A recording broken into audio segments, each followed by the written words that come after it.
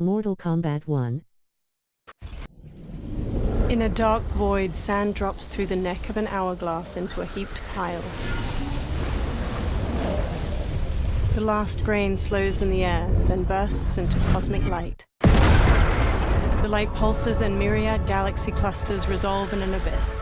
One galaxy spirals radiantly in the dark.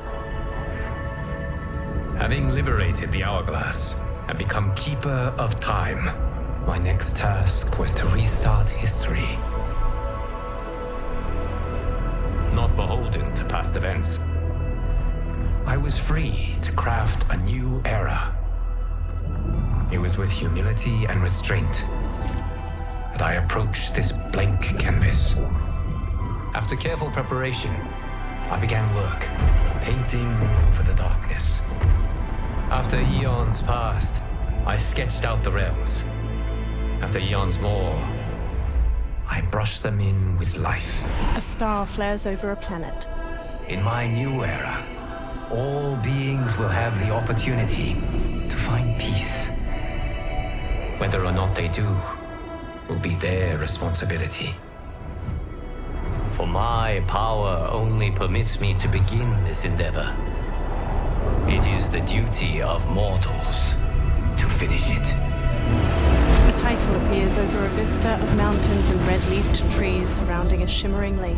Mortal Kombat 1.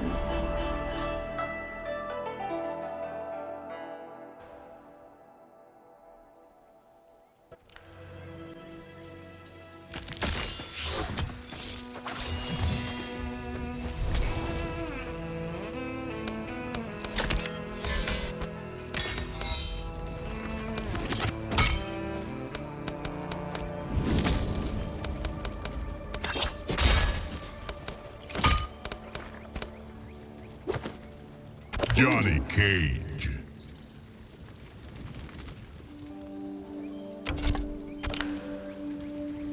Johnny Cage.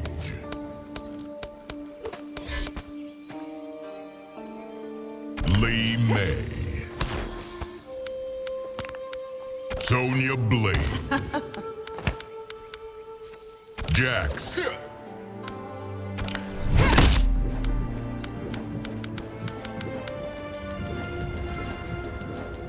Hanging Gardens. If not for Syzoth, I would have captured you at the festival. Are you kidding? Those disguises I found were money.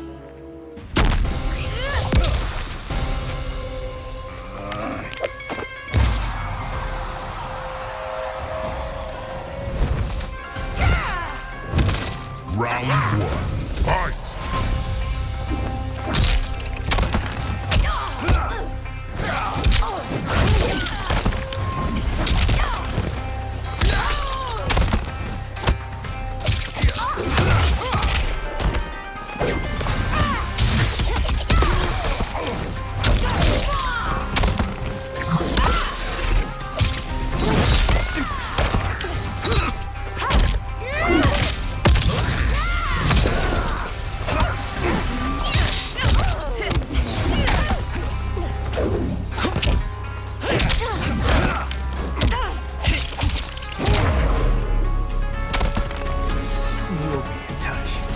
Round two, fight.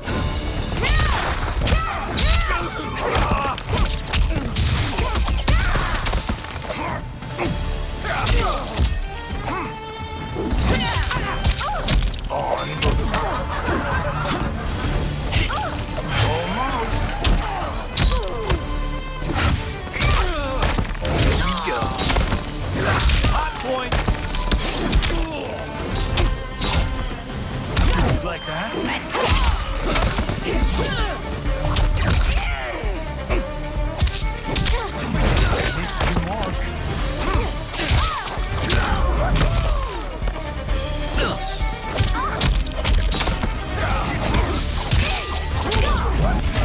Finish her. Talk about talent. Meet Hollywood's newest star. Johnny slams the victim's face down onto a dark stone plaque with their name engraved on it. He snaps a selfie with their smashed open face. Fatality. Johnny Cage wins.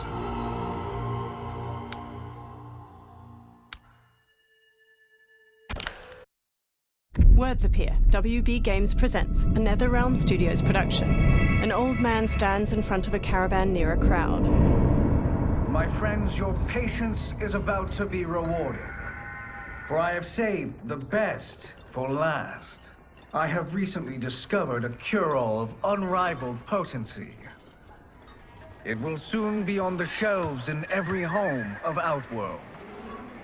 This elixir is crafted from an ancient recipe.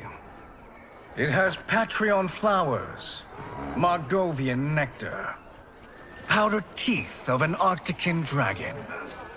All this and more, infused with powerful Lycorian magic. There is a village in the next canton over, where everyone has purchased this miracle cure. Overnight, all diseases, even Tarkat, have disappeared. Now, magic this potent is expensive. And I am sure you're asking yourselves, can I afford it? But the true question you must ask is, can I afford to be without it? You lie, Shang Tsung. Your cures are useless. The crowd parts for a bald man as he strides to Shang Tsung, fists hanging at his sides. I'm sorry. You are? Someone fool enough to have believed you. My daughter was dying when you came to my farm. You promised a miracle, and I gave you all I had. But only days later, she was dead. That is impossible. My magic could not have failed her. There was no magic! I took your elixir to an Imperial mage, and you know what she said? The bald man snatches a potion from him and throws it down. It's nothing! Just bourgeois tea! The mage is mistaken, kind sir. My elixirs are of superior quality. Their efficacy is guaranteed. The bald man flings him to the ground. Shang Tsung raises his hands as the crowd closes in around him. Lightning flashes over Shang Tsung's caravan at night. Lamplight pours out from it. Shang Tsung emerges from a door in his caravan, a small case in one hand. He slowly takes a seat on the small wooden stairway leading from his caravan door. He opens the case, revealing a mirror inside. He squeezes his eyes shut, then reaches for his head. His long gray beard drops to the muddy ground. Shang Tsung regards his reflection, now younger, beardless, and with shorter hair. It is an excellent ruse, your disguise. A woman stands nearby. Backwater folk are far more likely to trust a kindly old man. Here on behalf of a dissatisfied customer. If it's revenge you want, have at it. If it's restitution, there's nothing left. What I want, Shang Tsung, is to elevate you, to make you the great sorcerer that now you can only pretend to be. A generous offer. Why me? You are uniquely resilient. Who else could eke out a living traveling Outworld's hinterlands, selling quack cures and fake magic? A living? It is barely survival. And you were meant for more. To live among kings, not peasants. But since before you were born, you have been conspired against by those who fear how formidable you could become. How do you know this? Who are you? I am your deliverer, Shang Tsung. Join me, and I will put the realms at your feet. Water streams down Shang Tsung's face as he meets the woman's glowing blue eyes. He smiles toothily. A title appears, Mortal Kombat 1. 3 men wearing sun hats plow a farm by various cottages. Power line towers hang crookedly near them. An ornate building sits on a mountain peak looming behind. This is a good harvest, Kung Lao. Yes. It is a blessing, Raiden. You would rather we starve? No, of course not. But we've worked these fields since we were kids. In 40 years, we'll still be here. Stooped and feeble like Old Man Wei. An old man glares at them and spits. Kung Lao waves. As long as I've known you, you've dreamed of leaving Fengjiang. Why can't you be happy here? Our ancestors fought in great wars. They died with honor and glory. Stories of our great adventures will be passed down for generations. It may not be glorious, but what we do helps the village thrive. I know. But is it so wrong to want some excitement? If that's what you want, may I suggest a bet? Dinner at Madame Beau's tonight. Last to fill their cart pays. You work faster than me? Ha! Since when? You're on, Raiden. Kung Lao and Raiden both smirk while they shake hands. The two men pass the day harvesting cabbages from their field and throwing them into separate carts. Kung Lao wipes sweat from his brow, then quickly pushes his cart with Raiden down a dirt road to the cottages. A woman uses a kettle to pour tea into a pair of small porcelain cups on a table in a crowded restaurant. She carries a platter with the cups and kettle away as Kung Lao and Raiden walk in. That is amazing. I am starving. I wonder what Madame Beau is making tonight. An old woman approaches. For you two, whatever you want. Thank you, Madame Beau. You spoil us. Like the sons I never had. Madame Beau leads them to an outdoor dining area. They sit at one of the many tables. Have you two been practicing my lessons? As we can. The harvest leaves us little time for martial arts. Since your first words, Kung Lao, you've mouthed nothing but excuses. If you fail to prepare... Your preparations will fail you. Good. You haven't forgotten. But we'll see if I make you anything special tonight. I'm glad you're paying. Madame Beau might just pad the bill with her anger. I am paying? You finished work last. But I delivered my cart first. Delivered? Huh. The bet was filled. That's not what I remember. So that's how it is, eh? What do you say we settle this man to man? Hmm? They walk off. Wait, you mean fight? Yes. Right here, right now. Madame Beau can watch, critique our form. A hooded man with glowing white eyes watches them pass by. Best 2 out of 3? Fair enough. We must be careful. Madame Beau will kick us out if we break something. Oh, this won't last long enough for that to happen. You will be down in no time. Fight!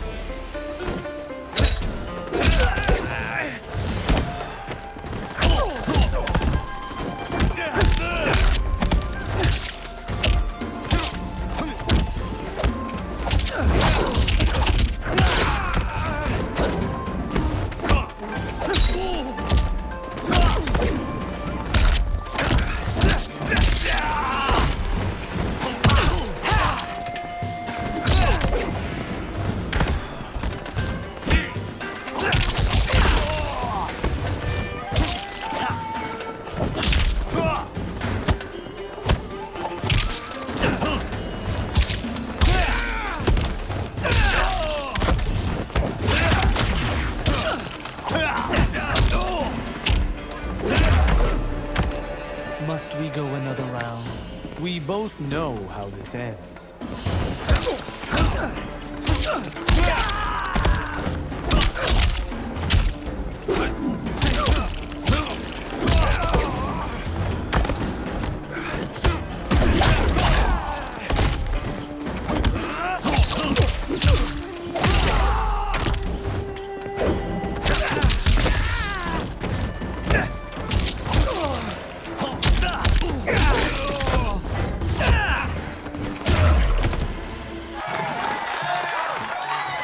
Kung Lao bows to the watching crowd while Raiden kneels.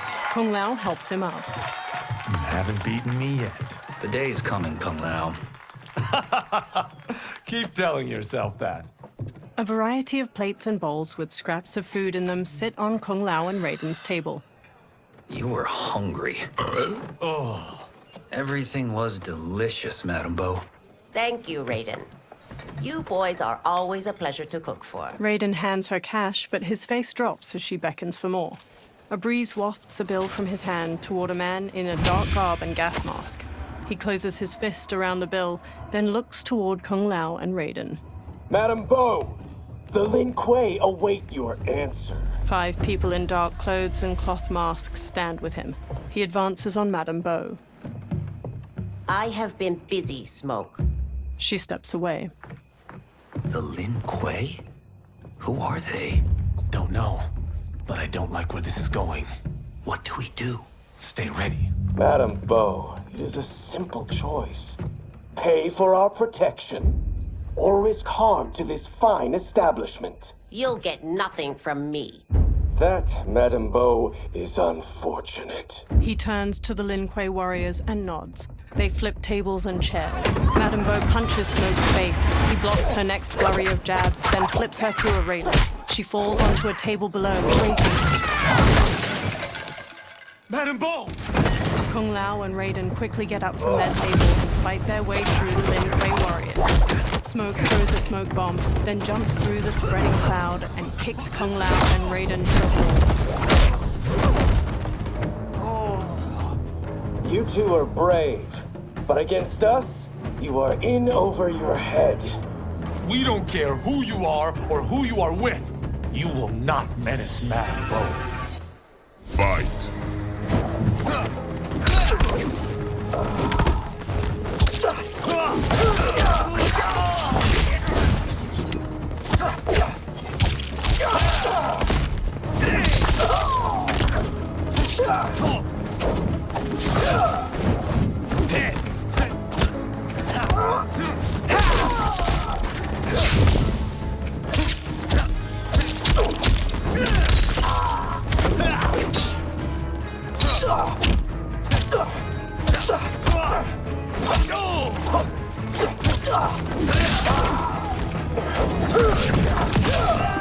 Not enough.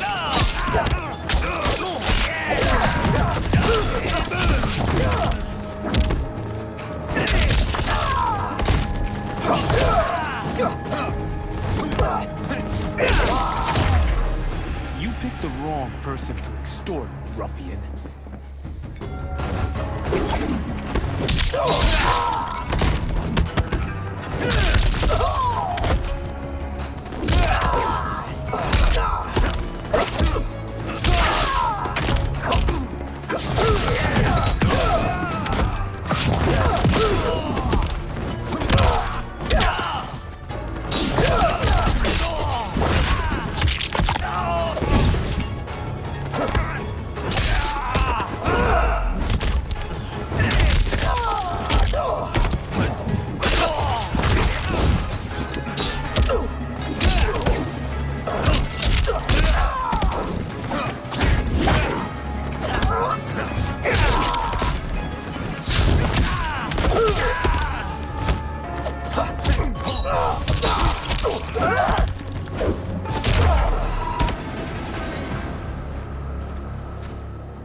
Now who's in over his head?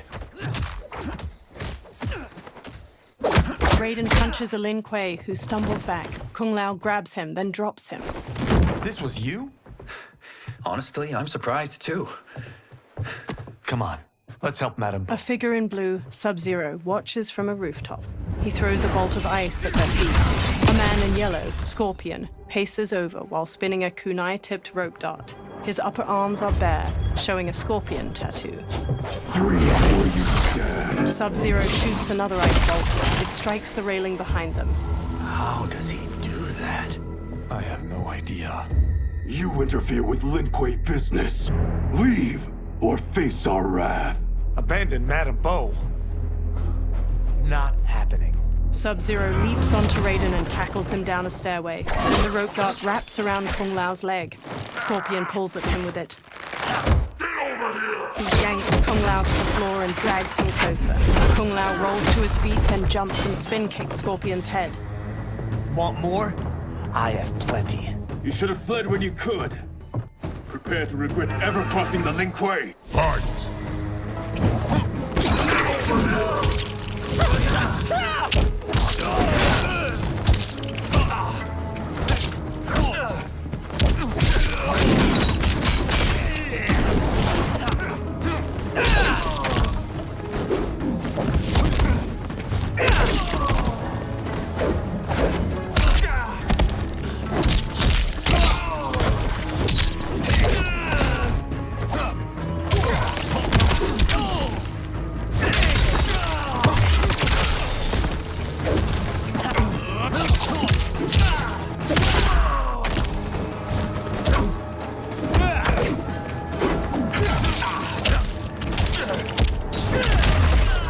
For what it's worth, I'm not regretting this yet.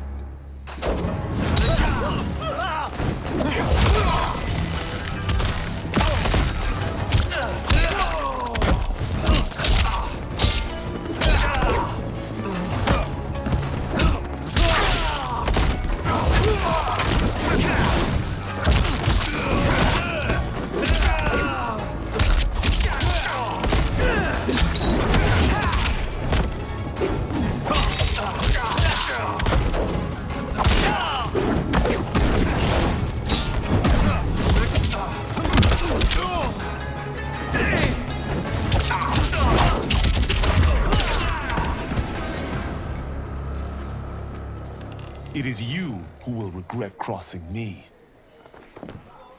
Kung Lao watches Sub-Zero kick Raiden into a pillar from the balcony. Raiden looks up, then climbs the pillar to the level above. Sub-Zero eyes him, then kicks two legs out from under a table, turning it into a ramp. He uses it to vault through the air and kick Raiden on the upper level. Raiden staggers into a bar counter where a man drinks. Raiden grabs a cleaver from a pig's head sitting on the bar and swings it at Sub-Zero. Sub-Zero weaves around the blade and Raiden slices off the cap of the man's liquor bottle. He pours it into a cup. Sub-Zero blasts ice at Raiden, freezing his hands to the bar. The man plucks a bit of the ice and drops it into his drink. Kung Lao throws his hat at Sub-Zero's head. It bounces off harmlessly. Smirking, Kung Lao shrugs. Incompetent. Kung Lao chucks a circular chakram decoration. It nicks Sub-Zero and plunges into a wall. Oh, that works. I have had enough of you. Then go, before I put you down like the rest of your Lin Kuei. You haven't a prayer against the Lin Kuei's Grand Master. Fight!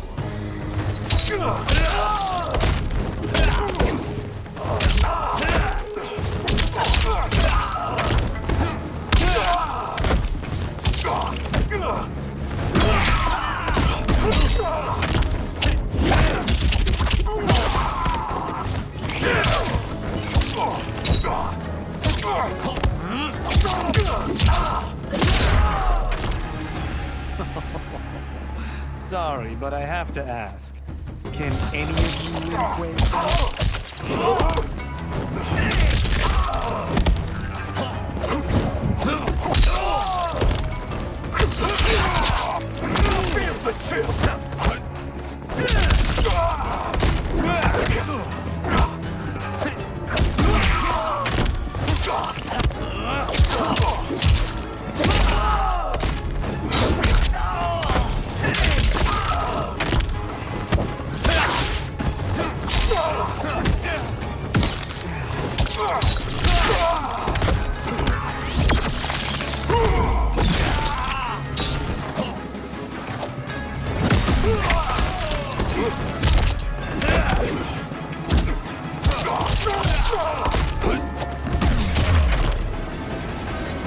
Are you sure you're a Grandmaster? Kung Lao picks up his hat, then eyes the chakram decoration stuck in the wall. He strokes the hat's brim. Interesting. Kung Lao, over here!